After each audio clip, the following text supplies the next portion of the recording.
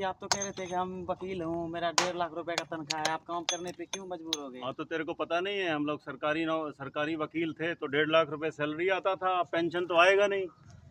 और खट्टर अच्छा। साहब बोलते हैं हमारा राज्य है बहुत गरीब है तो हम पेंशन नहीं दे पाएंगे।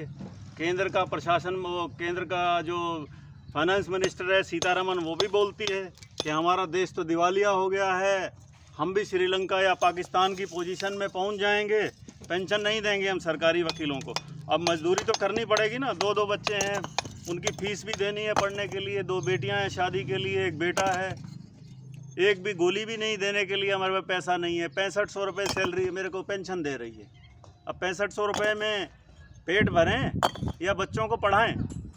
अब चाय की दुकान भी खोलनी पड़ेगी, उस पर बोर्ड लगा दूंगा, हरियाणा सरकार का क्लास 1 गस्टेड अफसर चाय की रेडी पे चाय बेच रहा है। अब यहाँ मजदूरी कर रहे हैं, कम से कम 600-700 रुपये दिहाड़ी तो मिलेगी। हम कौन सा यहाँ पे रजवाड़े से पैदा हुए हैं, पढ़ाई लिखाई करके मेहनत करके अफसर बने थे, लेकिन सरकार ने जहाँ से शुरुआत करी थी वहीं पे हमने वहीं पहुँचा दिया इसने। और ये बीजेपी की सरकार जो है ये सिर्फ पूंजीपतियों के खाते भरने के लिए है। खट्टर साहब बोलते हैं मैंने बड़ी लावणी करी है, बड़ी ये करी है, जरा कदे पेंशन छोड़ेगा क्या?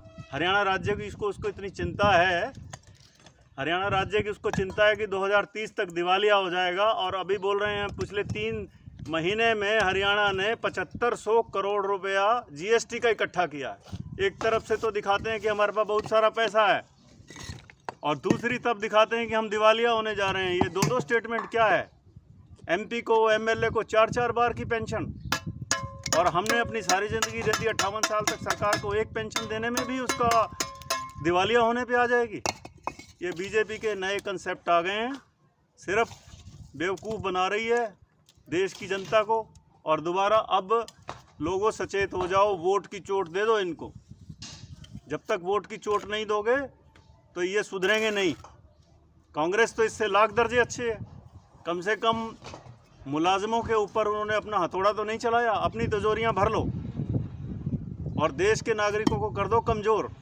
हमने जहां से ज़िंदगी शुरुआत करी थी वहीं पे आके पहुंच गए। अब क्लास 1 गस्टेड अफसर है, या बुढ़ापे में वकालत करेंगे तो वकालत करने में तो 10 साल दोबारा फिर शुरुआत करनी पड़ेगी वहीं से। 6500 रुपये में अगर मैं बीमार हो गया तो इन्होंने आयुष्मान में भी नहीं आएंगे हम, तो पीले कार्ड भी नहीं बनेंगे हमारे, तो हम कहाँ जाएं? तो भाई